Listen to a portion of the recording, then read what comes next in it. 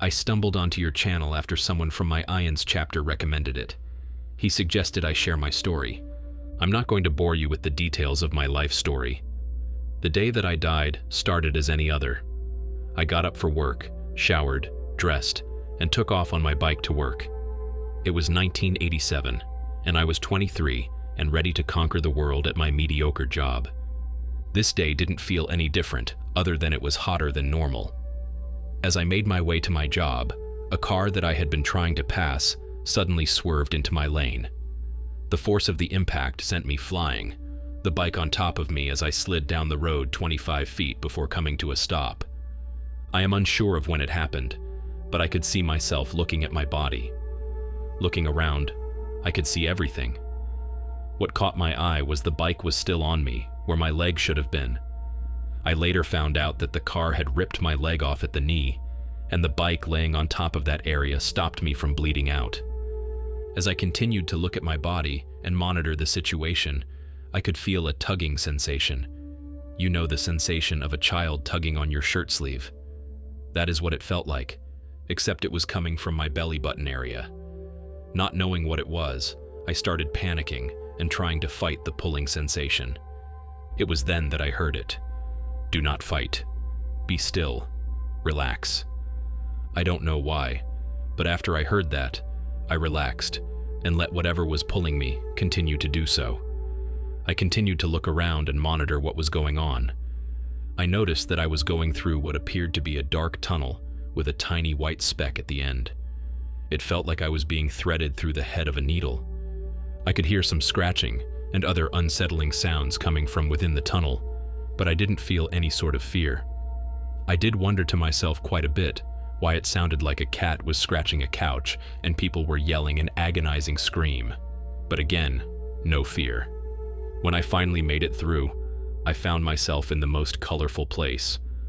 I had been high before, and the colors that the high gave me could not compare to this beautiful place. The skies are so blue that thinking about them right now brings tears to my eyes. Grass that never died or turned brown, softness you could lie down in and just fall asleep. Water so pristine that just thinking of drinking from it filled you up. What blew my mind, though, was all of the souls that I saw. Everyone seemed so happy. As I began to walk around and explore my new surrounding, I say walk, but I was technically floating. I remember thinking to myself, is this heaven? To my surprise, something answered back. Yes, David, this is heaven, and I have been expecting you. I could not see who the voice belonged to, but it felt as if it was coming from right beside me. The voice was kind, sort of like when your mom sings you a lullaby. What do you mean you were expecting me? I thought. The voice told me that my time was up and that I could stay or I could go back to my body and live. But because I was expected, I didn't have to go back. Why can't I see you? I asked. The voice told me the reason why I could not see it is because my eyes were not open. As I opened my spiritual eyes, I began to see things a lot clearer. The colors that I spoke about earlier seemed to pop a whole lot more. I was finally able to see who was speaking with me. It was a younger man with a beard. I wouldn't say it was messy or unkempt, olive-colored skin, and the brownest eyes that I had ever seen. Looking at this man's distinct features, I couldn't help but look at what he was wearing. He had the cleanest robe on, and his hands and feet bore scars. I need to stop here and point out that I was not religious. I didn't believe in Jesus, God, or any of that mumbo-jumbo. Yet, here I was standing with the Christian Jesus. David, you must decide whether you want to stay here in heaven or return to your body. I immediately thought about my mom, my dad, my brothers, and my wife who was pregnant with our son. As much as I love it up here, and I do, I must go back. I can't leave my loved ones. Not yet.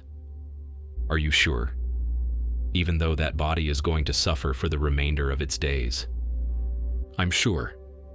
What I am about to show you is what you can expect to happen if you decide to go back. War, famine, death, heartbreak. You will experience all of this. I'm prepared for all of that, Lord. Little did I know just how unprepared I truly was. Jesus grabbed my hand, and as soon as he did, images started flooding into my head at 1,000,000 miles per second. I was shown the date that my mom would die and the day my dad would die. My mom was to die 13 years to the day of my accident. The year 2000 would be a heartbreaking year. My dad was to die in 2001, just after the new year. Then in 2014, our son would die of an overdose. In 2020, we would lose our daughter in a car accident, and I was shown that my wife would lose her battle with cancer.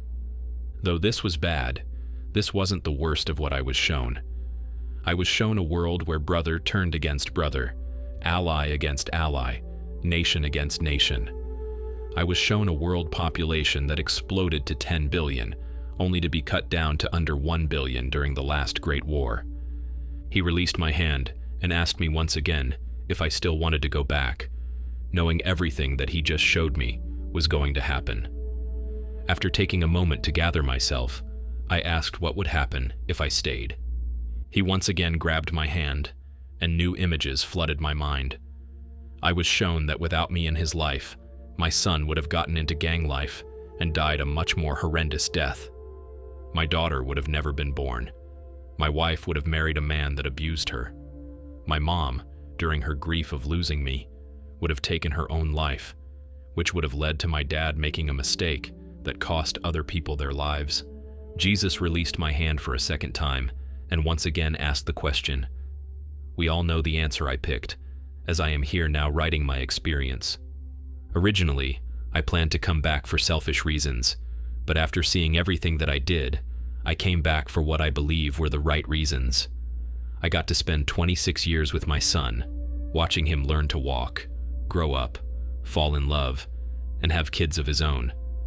I got to spend 30 years with a daughter that wouldn't have been born otherwise, and my wife and I spent 36 years together. Even though I knew the cancer was going to take her, I continued to put on my brave act. My wife died in February of this year. 2 months after my wife's death, I joined a local NDEs chapter and shared my experience. I know that the parts about the last Great War scared a lot of the members. Tim, one of the members, pointed me to the video of another person who was shown World War III. It is through that video that I found your channel. Unlike James, I did not see who it was that started the war, but I did see the devastation that occurred after the first nuclear bombs were dropped. A lot of people are wondering why it took me so long to share these visions and why I waited 30 years to tell them to people. The simplest answer is that I was scared. I didn't want people to think that I was a nutcase. I didn't even bother to tell my wife or kids. After my mom died in 2000 and my dad in 2001, I passed it off as mere coincidence. Then my son died in 2014, and it began to dawn on me that what I had seen was the truth. To be frank, as I told the members of my NDEs chapter, what I have told them isn't meant to scare them. It is to prepare them. I do not believe that Jesus lied when he showed me everything that would happen. I also do not believe that the last Great War can be stopped. Those who are listening to this, you can believe me if you want, or you don't have to. I am almost 60 years old, and I have nothing to gain or lose by telling this.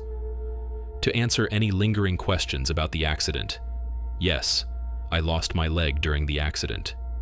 The person who hit me, an older gentleman, had a stroke while driving. Sadly, he passed away during the accident. The accident itself made me see just how short life was. I became a born-again Christian and went on to preach the love of God to anyone who would listen. I do sometimes wish that I had told people what I was shown sooner. I wish that I had at least told my wife and children what I saw. If your viewers take one thing from this, it should be that there is nothing to be afraid of. God is with us always. Even if there is no way to stop what is coming, He will never abandon us. That does it for David's experience. Do you guys believe him when he says that what he saw can't be stopped? Do you think that Jesus showed him the death dates of his family as a way to force him to stay? Did you all catch where he said that Jesus told him that he had been expecting him? Let me know what you thought in the comment section below.